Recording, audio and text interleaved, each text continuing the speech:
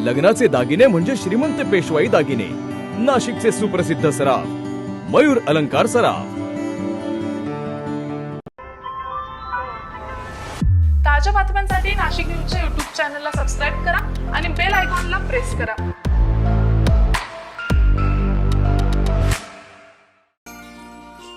मावळत्या सूर्यनारायणच्या साक्षीनं येळकोट येळकोट जय मल्हार असा जयघोष करत हजारो भाविकांच्या उपस्थितीत अश्वानं शनार्थात 12 गाडे ओढले आणि श्वास रोखून धरलेल्या भाविकांनी एकच जल्लोष करत आसमंत दणाणून सोडला। निमित्त होते चंपाषष्ठी निमित्त ओझर येथील श्री खंडेराव महाराज यात्रोत्सवाचे। जेजुरीनंतर महाराष्ट्रातील सर्वात मोठी यात्रा म्हणून ख्याती असलेल्या ओझर येथील श्री खंडेराव महाराज यात्रोत्सवास नगर परिषदेचे मुख्याधिकारी किरण देशमुख, महेश शेजवळ पगार यांच्या हस्ते पूजन करण्यात आले। त्यानंतर यात्रा कमिटीच्या वतीनं वाजत गाजत संबळ वाद्याच्या तालावर वाघ्या मुरळी यांच्या प्रमुख उपस्थितीत मांडव डहाळ्याचा सोहळा पार पडला। प्रथेनुसार 12 गाडे ओढणाऱ्या अश्वाला शाही स्नान घालून देवभेट घडवून आणण्यात आली।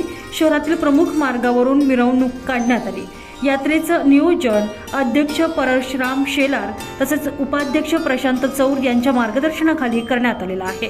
तर सायंकाळी सूर्यास्ताच्या वेळी ओझर शहरातील चारही दिशांनी आलेले 12 गाडे यांचे यात्रा मैदानावर वाजत गाजत भंडाऱ्यांची उधळण करत आगमन झाले। यात कदमांचा कलगीतुरा गाडा, पवार, गवळी, शिंदे, चौधरी, घोळप, शिवले यांचा गाडा, भडके, रासकर यांचा गाडा, मधला आणि वरचा माळीवाडा, शेजवळ यांच्या गाड्यांचा समावेश होता।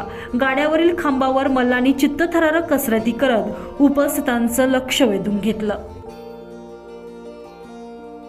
अझहर कादरी, नाशिक न्यूज, ओझर।